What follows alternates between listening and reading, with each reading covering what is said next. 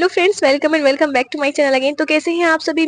मैं आपका स्वागत करती हूँ अपनी new video communicable and non communicable disease में अपने YouTube channel nursing with Tania में। तो कैसे हैं आप सभी और कैसे हाल चाल है।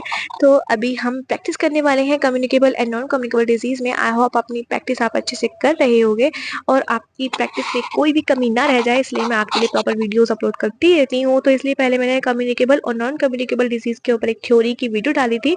आई होप आप सबने देख ली होगी और आपको पसंद भी आई होगी, क्योंकि अगर आप थ्योरी पढ़ने के बाद एमसीक्यू क्लास करते हो तो आपको वो बहुत ज़्यादा इजी लगते हैं और आपकी प्रैक्टिस भी बहुत अच्छे से हो जाती है।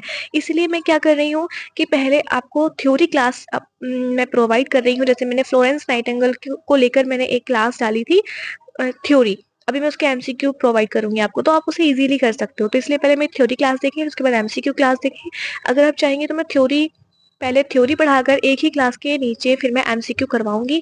तो अगर आप इसके लिए रेडी हैं तो आप प्लीज मुझे कमेंट करके बता देना, ठीक है। लेकिन नर्सिंग एप्टीट्यूड आप मेरे ऊपर छोड़ दें, मैं बहुत अच्छे से कराने वाली हूँ। ऐसा नहीं कि सब मेरे ऊपर ही रहे, लेकिन आप जिससे भी पढ़ रहे हैं उससे भी पढ़ें और मेरे से भी पढ़ते रहे। कोई दिक्कत वाली बात नहीं है, आप जिससे भी पढ़ रहे हैं ठीक है, बहुत अच्छी बात है। आपका फिर डबल डबल तैयारी हो जाएगी और आपकी तैयारी स्ट्रांग हो जाएगी, ठीक है।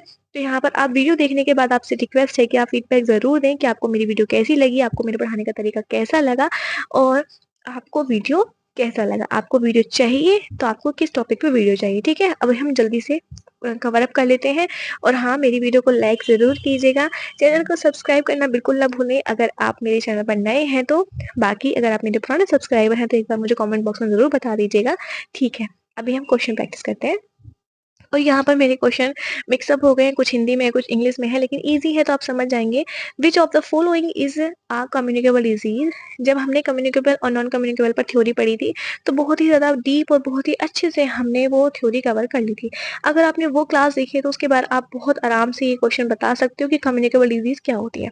कम्युनिकेबल डिजीज वो होती है जो हमें एक दूसरे से फैलती हैं, एक पर्सन से दूसरे पर्सन तक कम्युनिकेबल डिजीज जाती हैं, ठीक है। तो यहाँ पर ऐसी कौन सी डिसीज है जो हमारी कम्युनिकेबल है। डायबिटीज, कैंसर, ट्यूबरकुलोसिस या हाइपरटेंशन। देखिए, हाइपरटेंशन यानी कि ब्लड प्रेशर इंक्रीज होना, नहीं। ट्यूबरकुलोसिस यानी कि टीबी, ठीक है। कैंसर या डायबिटीज, डायबिटीज हमारा ब्लड शुगर का हाई होना, और कैंसर हमारा किसी भी टिश्यू का ज्यादा इंक्रीज हो जाना। तो हमारा जो यहाँ पर राइट ऑप्शन हो जाएगा वो हो जाएगा ट्यूबरकुलोसिस, क्योंकि यही एक ऐसा अ, अ, हमारा डिजीज होती है जो कम्युनिकेबल होती है, जो एक दूसरे से हमें फैलती है, ठीक है। आगे मूव करते हैं। हमारा है यहाँ पर क्वेश्चन, डेंगू रोग किसके कारण होता है। जो हमारा डेंगू होता है वो किसके कारण होता है। बैक्टीरिया, वायरस, कवक या प्रोटोजोआ। प्रोटोजोआ नहीं होता है, ये हमारा मलेरिया प्रोटोजोआ से होता है, कवक से नहीं होता है, वायरस या बैक्टीरिया। तो हमारा जो डेंगू रोग होता है वो हमारा वायरस से होता है, वायरस। लेकिन अभी आप बोलेंगे कि वायरस से तो हमारे HIV और एड्स होते हैं, तो लेकिन डेंगू रोग भी हमारा वायरस होता है, वायरल फीवर होता है। वायरल होता है ना, क्योंकि वायरल कभी कभी दूसरे को हो गया तो उसे भी उसको हो जाएगा, समझ रहे हो। ठीक है। क्वेश्चन नंबर 3 है कि which mosquito is responsible for spreading malaria. Malaria के लिए कौन सा मच्छर रेस्पॉन्सिबल होता है। एड्स, एनाफिलिस, क्यूलेक्स या सैंड फ्लाई। तो यहाँ पर हमारा राइट ऑप्शन हो जाएगा एनाफिलिस। एनाफिलीज मच्छर होता है ना, एनाफ्लीज, जिसे हम हिंदी में पढ़ते हुए आए होंगे अभी तक। अगर आप यूपी बोर्ड से है तो ऐसे आपने पढ़ा होगा, एनाफिलीज ऐसे करके।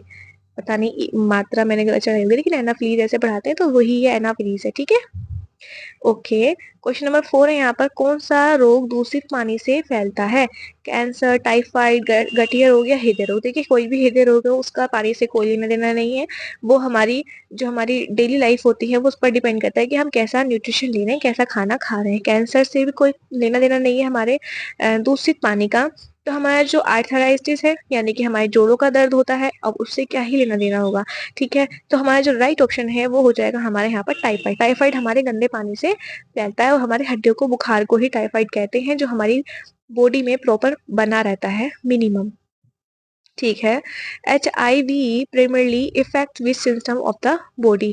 जो हमारा HIV है वो हमारी बॉडी के किस सिस्टम को ज्यादा इफेक्ट करता है। Respiratory system, nervous system, immune system, digestive system. तो यहाँ पर जो हमारा HIV है वो हमारे इम्यून सिस्टम को इफेक्ट करता है। ठीक है, जब हमारा HIV हो जाता है तो हमारा इम्यून सिस्टम सबसे ज्यादा इफेक्ट होता है, जिसे हम एड्स भी बोलते हैं। ओके, ठीक है। क्वेश्चन नंबर 6 है यहाँ पर, रेबीज का संक्रमण किसके काटने से फैलता है? तो रेबीज आपने पहले भी पढ़ा होगा, बहुत ही इजी टॉपिक है, बहुत ही इजी क्वेश्चन है हमारा। मच्छर से तो रेबीज फैलेगा नहीं ना ही मक्खी से फैलेगा, ना ही सांप से, तो कुत्ते से हमारा रेबीज फैलता है। ठीक है।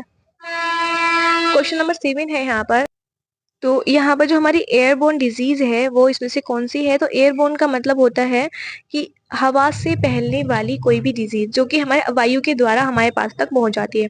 हेपेटाइटिस बी, ट्यूबरकुलोसिस, डायबिटीज या कैंसर। ठीक है, डायबिटीज कैंसर से हम ऐसे नहीं फैलती है एक दूसरे से, क्योंकि नॉन कम्युनिकेबल डिजीज में आते हैं।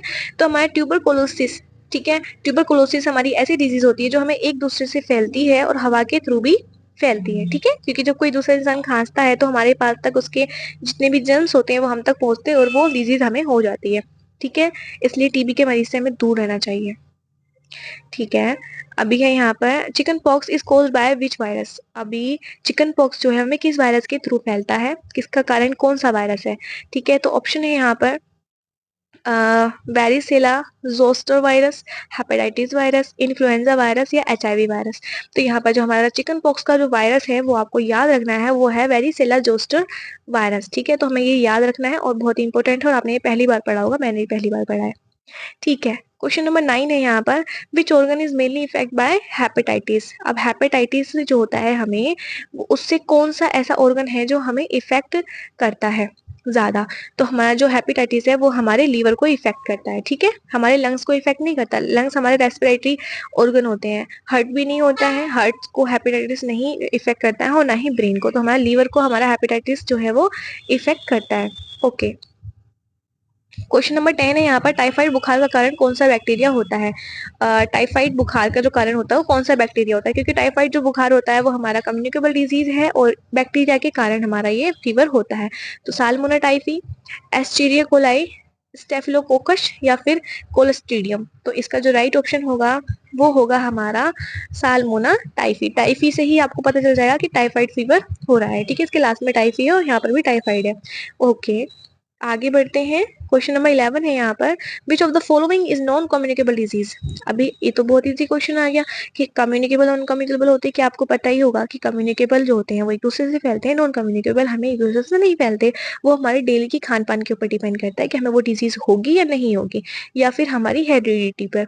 ठीक है, तो यहाँ पर ट्यूबरकुलोसिस ये तो हमें कम्युनिकेबल डिजीज है, हाइपरटेंशन ये हमारी नॉन कम्युनिकेबल डिजीज है, कोलेरा, हेजा, इन्फ्लुएंजा नहीं, हमारी हाइपरटेंशन जो है वही हमारी नॉन कम्युनिकेबल डिजीज है, क्योंकि हमें किसी से भी नहीं फैलती और हमारे डेली खान पान पर डिपेंड करती है। ठीक है, 12 है यहाँ पर, मधुमेह यानी डायबिटीज किसकी कमी के कारण होता है? इंसुलिन, कैल्शियम, प्रोटीन या विटामिन सी। तो इंसुलिन जो है वो हमें, इसकी कमी से ही हमें डायबिटीज रोग होता है। अगर बॉडी में इसकी कमी हो गई तो हमें डायबिटीज हो जाएगा, क्योंकि हमारी बॉडी में जो हमारा ग्लूकोज लेवल होता है वो मेंटेन करके ये रखता है। अगर कम होगा तो ये उसको इंक्रीज करेगा। ठीक है, ठीक है। आगे है, cancer is mainly caused by. जो कैंसर है वो किसके द्वारा फैलता है? Virus, bacteria, uncontrolled cell growth, fungi.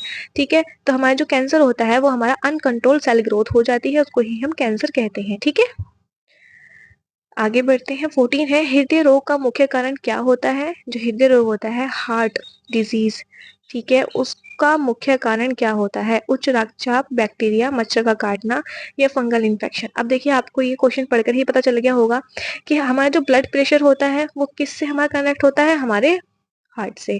जितना हमारा ब्लड, हमारा जो हार्ट होता है वो कितना ब्लड पंप करता है, कितना आउट करता है, इन करता है, हमारी जो ब्लड वेसल्स होती हैं उस पर कितना प्रेशर पड़ रहा है, वही हमारा ब्लड प्रेशर होता है। तो हमारा हार्ट से रिलेटेड हो गया, इसलिए ये हृदय रोग है। ठीक है, तो इसलिए बैक्टीरिया, मच्छर का काटना, इनसे किसी का भी कनेक्शन नहीं है हमारे हार्ट डिसीज से। ओके, ऑप्शन नंबर ए हमारे यहाँ पर करेक्ट हो जाएगा।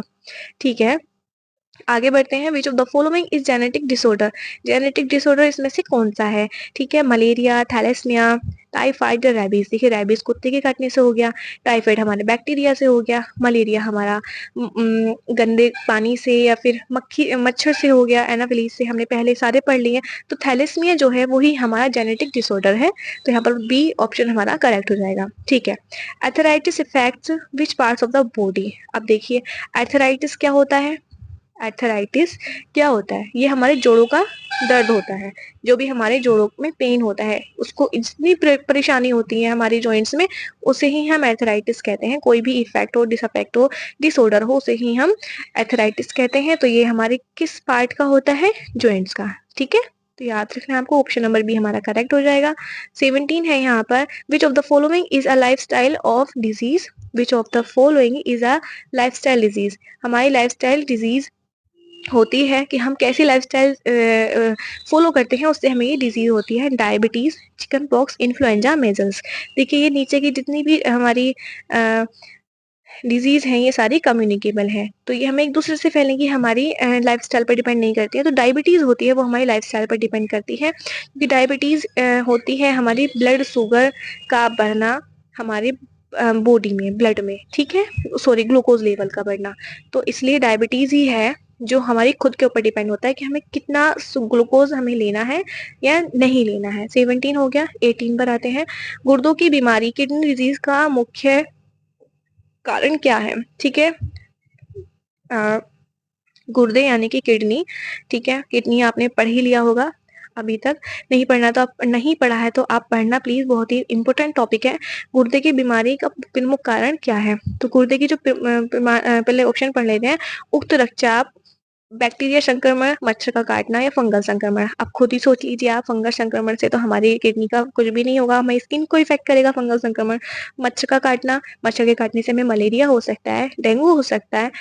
बैक्टीरिया संक्रमण यानी बैक्टीरिया से हमें टाइफाइड हो सकता है, लेकिन हमारी किडनी को कैसे इफेक्ट करेगा वो? लेकिन जो हमारा उक्त रक्तचाप है यानी कि हाई ब्लड प्रेशर है, वो हमारी किडनी को इफेक्ट करता है, बहुत ज्यादा इफेक्ट करता है। ठीक है, आगे बढ़ते हैं।